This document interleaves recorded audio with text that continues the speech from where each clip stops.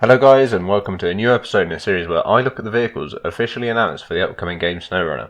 This episode, as promised, is another double, in which we'll be carrying on the theme of military tank transporters from last episode by looking at the Derry Longhorn 3194, based on the real-world OshKosh M911, and the Derry Longhorn 4520, based on the real-world OshKosh M1070.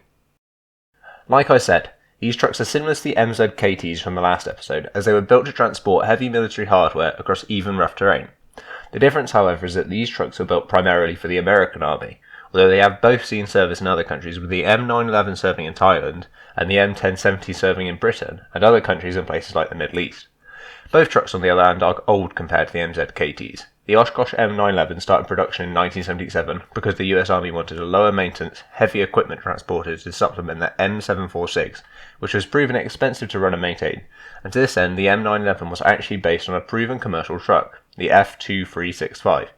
The OshKosh M911, however, was not powerful enough to haul the new MBT M1A1 Abrams that entered service in 1986, and as such a new primary mover had to be built. It made sense that the OshKosh got the new contract, and production of the initial OshKosh M1070 began in 1992. Despite the fact that its primary job had been taken away from it, the OshKosh M911 is still actually used in some places today, where it's still good for hauling light infantry vehicles and the such. The OshKosh M911 was powered by two very similar engines. The first was a 430 horsepower, 12.1 litre diesel V8 built by Detroit Diesel, and the second was a 435 horsepower, 12.1 litre diesel V8 also built by Detroit Diesel. Why the M911 was built with two such similar engines, I don't really know. Perhaps Detroit Diesel had some spare knocking around and gave a good deal of them, I don't know. The OshKosh M1070 was built with the same Detroit Diesel 12.1 litre diesel V8, but souped up for 500 horsepower. However, in 2010, production of the OshKosh M1070A1 started, which among general upgrades of weight capacity, electrical systems and even crew protection armour, also upgraded the engine to a 700 horsepower, 18.1 litre diesel inline-six built by Caterpillar, which is actually a less powerful version of the same engine that was in the newer MZKT from the last episode. This newer engine was also fitted inside the M1070F sold to the British Army.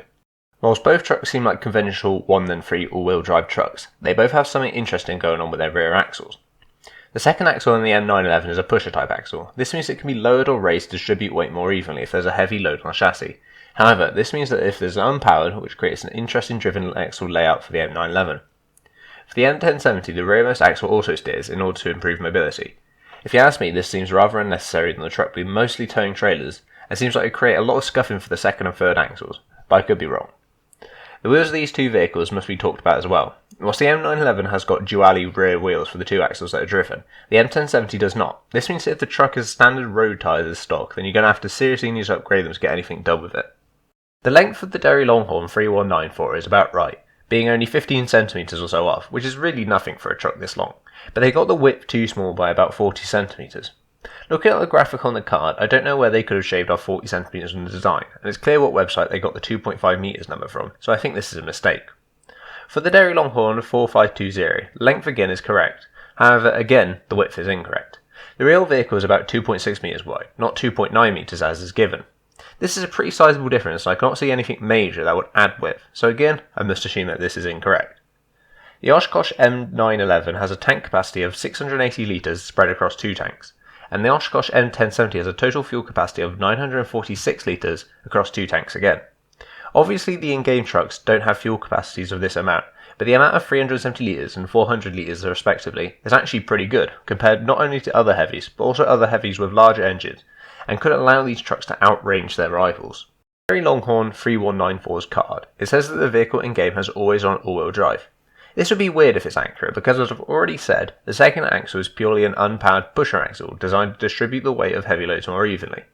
Perhaps in this sense, all-wheel drive just means that the rearmost and front axle are both powered, in which case it would be accurate. Concerning the differential locks, this is also a bit odd. The real-world M911 had a unique feature wherein the differentials would lock when the truck is going straight and unlock when turning. It'd be cool if this feature was in the game, but the fact that the diff locks are unavailable does not fill me with hope for that. For the Derry Longhorn 4520, both differential locks and all-wheel drive is controlled by a combination of what's called the transfer case shift lever and the driveline control, and basically depending on what position you have of these two controls affects whether your front axle and differential locks are engaged, and I have a table on screen to demonstrate the combinations. Neither of these vehicles' off-roading rating is all that impressive. Both have a sustained forwarding depth of 70 centimeters, and both can climb gradients no steeper than 30 degrees, and such like. I think a lot of the off-roading capability of these trucks will come from the raw power available to them. I don't know if the 1-then-3 axle configuration is superior to the 2-then-2 configuration the co-ops have, but I suppose it might be. With a heavy load on the back, it will put more pressure through the driven wheels. I also think with the more conventional semi-truck layout, these two trucks will be able to take more upgrades like lift kits and chunkier tyres. Overall though, they should be very powerful, with the 1070 being an absolute beast if it gets that 700 horsepower engine. They should have greater range than their immediate competitors too. My only complaints about these vehicles are petty ones, really minor stuff, mainly to do with how they look. I'm not a big fan of the 1-then-3 axle layout myself, especially if the 3194 is stuck with the same stock tyre for that ridiculous undriven axle. I really hope it upgrades the same tyres as the other wheels. Well actually I kind of hope we can straight up remove that, but it's very unlikely to happen. For the 4520 I think they missed a trick by not basing it on a global HET, a truck that's basically identical to the M1070A1 but with 6 massive chunky tyres that'd be perfect for Snowrunner. It also looks so much better in my opinion, but that might just be me. One final hope for me is that you can remove the winch platform on these two trucks. I mentioned this with a Freightliner video to an extent, but these platforms really do take up a lot of space that could be used for other things, and are generally quite superfluous in game. Okay, thank you for watching this video. I found 3 good manuals for researching these trucks, and as usual I'll link them in the description down below. If you think I got anything wrong or missed anything important, or want to request a truck you want to see me cover, please comment.